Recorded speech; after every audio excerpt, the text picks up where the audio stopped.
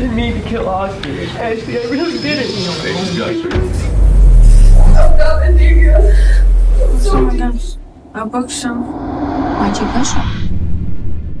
This are the most horrific sentences ever given to kids. Case 1. Mackenzie Shrilla. Little teen charged with murder in a deadly crash continued today. Mackenzie Shrilla, who at the time... Starting with the case of Mackenzie Shrilla, a teen whose shocking actions left a lasting impact. On July 31st, 2022, surveillance cameras captured a Toyota Camry driving around Strongsville. Behind the wheel was 17-year-old Mackenzie Shrilla, her 20-year-old boyfriend, Dominic Russo, and their friend, 19-year-old Davin Flanagan, were also in the car. At first, everything seemed normal. The car was moving at a safe speed until suddenly, Mackenzie pressed down on the gas pedal and decelerated to over 100 miles per hour. In a matter of seconds, the car lost control, veered off the road, and crashed into the side of a building. Dominic and Davin were killed instantly. Mackenzie, however, survived, suffering injuries to her arms and legs. When police arrived, they found it devastating. At first, investigators thought it was a terrible accident, but as they looked deeper, the truth began to unfold. With this evidence, Mackenzie was arrested and charged with 2 counts of first-degree murder. A trauma surgeon who treated her said, "She, open quote, wanted to die, close quote, and that it was her fault for killing her boyfriend." Mackenzie admitted responsibility for the crash.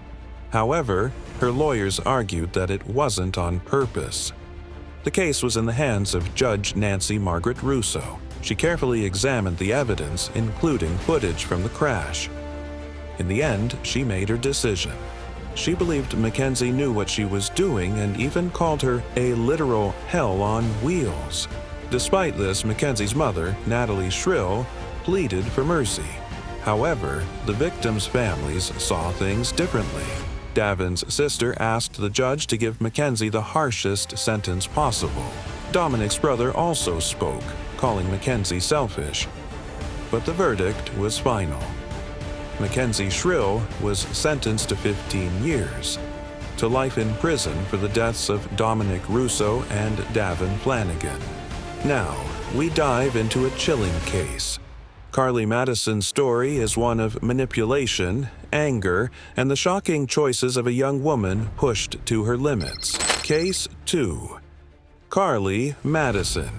Reports indicate that Carl fatally shot her mother, 40-year-old math teacher Ashley Smiley, on March 19, 2024. The incident began when Carly's friend Greg contacted Ashley about Carly's excessive marijuana use and burner phones. Concerned, Ashley confronted Carly in her bedroom, where she found several vape pens. Alarmed, she sought answers. That afternoon, the home's security camera captured a chilling sight. Carly, wearing a Nirvana t-shirt, moved around the house with something hidden behind her back. It was a .357 Magnum handgun. Moments later, she stepped out of the camera's view. Then, 3 gunshots shattered the silence. Seconds passed before Carly reappeared in the kitchen. She calmly sat on a stool at the counter, pulled out her phone, and sent a text to her friends asking them to come quickly because there was an emergency. When her friends arrived, Carly asked them if they had ever seen a dead body. Without waiting for a response, she led them to her mother's bedroom. There, Ashley Smiley lay lifeless, her face covered in blood. One of her friends later revealed that Carly had confessed her stepfather, Heath Smiley, was her next target. Using her mother's phone, she tricked him by sending a text. The text read, "When will you be home, honey?" Heath had no idea he was walking into a trap. Minutes later, he arrived at the house. As soon as he stepped through the door, Carly attacked, shooting him in the shoulder. But Heath didn't give up.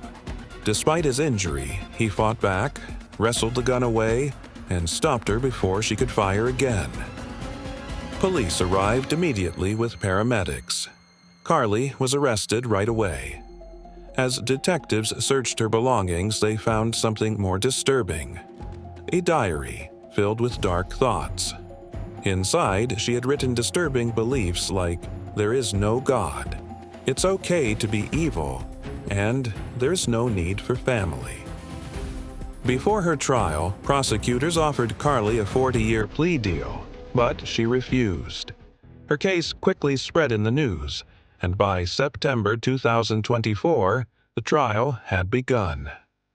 During the trial, prosecutors portrayed Carly Madison Gregg as a ruthless killer who showed no remorse and even planned to murder her stepfather. The defense, however, claimed Carly was battling severe mental health issues at the time. A psychiatrist testified that her mood swings were worsened by the medication she was taking, leading to irrational behavior. The defense argued Carly's actions were impulsive, driven by her unstable mental state, citing her journal entries as evidence. The trial's most chilling moment came when the prosecution played body cam footage from responding officers. As Carly watched the footage, tears welled up in her eyes. The once confident teenager now looked fragile, overwhelmed by emotion. The courtroom was silent as the reality of her actions played out on the screen. One of the most surprising moments in the trial came when her stepfather, Keith Smiley, took the stand. He described the tragic events that led to his wife's murder and his own near-death experience. Gun flash in my face, and went off 2 more times, but my hand was on the gun after the first shot. But what shocked the public most was his admission despite everything, he still had a relationship with Carly. The notion that he could maintain any bond with his shooter, who also killed his wife, left many speechless. In their closing argument, the prosecution stressed that Carly knew exactly what she was doing and understood right from wrong when she pulled the trigger. The jury didn't take long to decide. After less than 2 hours of deliberation, they returned with a verdict guilty of first-degree murder. At just 15 years old, Carly Madison Gregg was convicted and sentenced to life in prison. Carly remains in the Youthful Offender Unit at Central Mississippi Correctional Facility. Her defense plans to appeal, but given the severity of her crimes and public outrage, an overturned verdict seems highly unlikely. Case 3. Christian Fernandez. Were you home when this incident happened? Was she home or no? In 2011, 12-year-old Christian Fernandez killed his 2-year-old half-brother. In Jacksonville, Florida, a mother ran into the hospital, carrying her unconscious 2-year-old son. His head was swollen, his body lifeless. Doctors knew right away this was no accident. Hours later, police arrested his 12-year-old half-brother, Christian Fernandez. As investigators dug deeper, the truth grew more heartbreaking.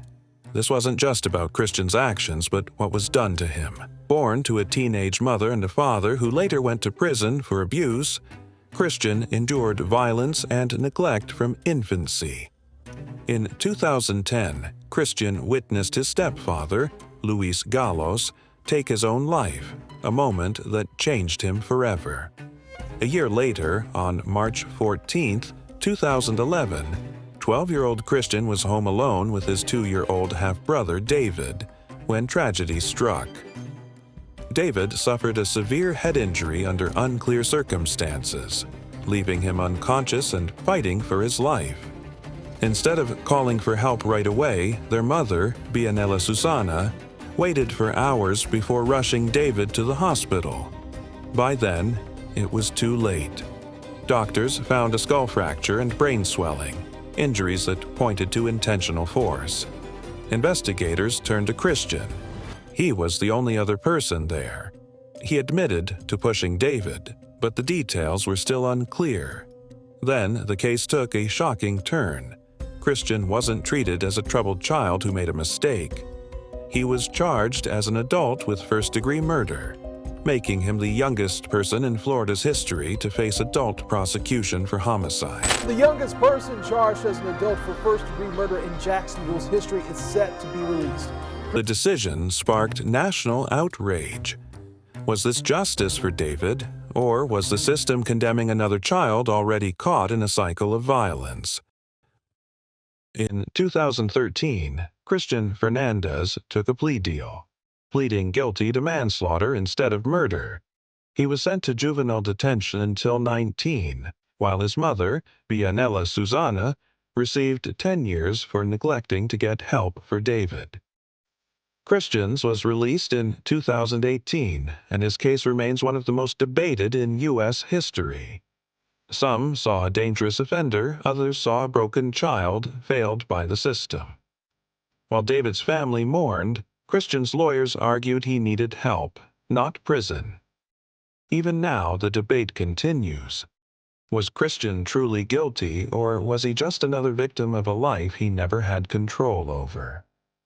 Next, we move to another troubling case that is both shocking and heartbreaking. Case 4. Shoemaker. According to court records, Dylan was babysitting his girlfriend's 23-month-old son, Austin Smith, when tragedy struck. Dylan admitted to repeatedly hitting the toddler, causing severe head injuries. When Austin's mother came home, she found him unresponsive and called 911 in a panic. Austin was rushed to the hospital but was pronounced dead. The autopsy confirmed severe head injuries from blunt force trauma. The case drew media attention, and Dylan Shoemaker was arrested for second-degree murder. Prosecutors revealed his history of legal trouble and violent behavior, arguing this was more than just a mistake. However, the defense told a different story. When Dylan was finally given a chance to speak, he expressed his regret. Despite his emotional words, the judge was not swayed. After careful consideration, the jury found him guilty of second-degree murder. On October 29, 2013, Dylan Shoemaker was sentenced to 25 years to life in prison. Thanks for watching. Don't forget to share and subscribe for more videos.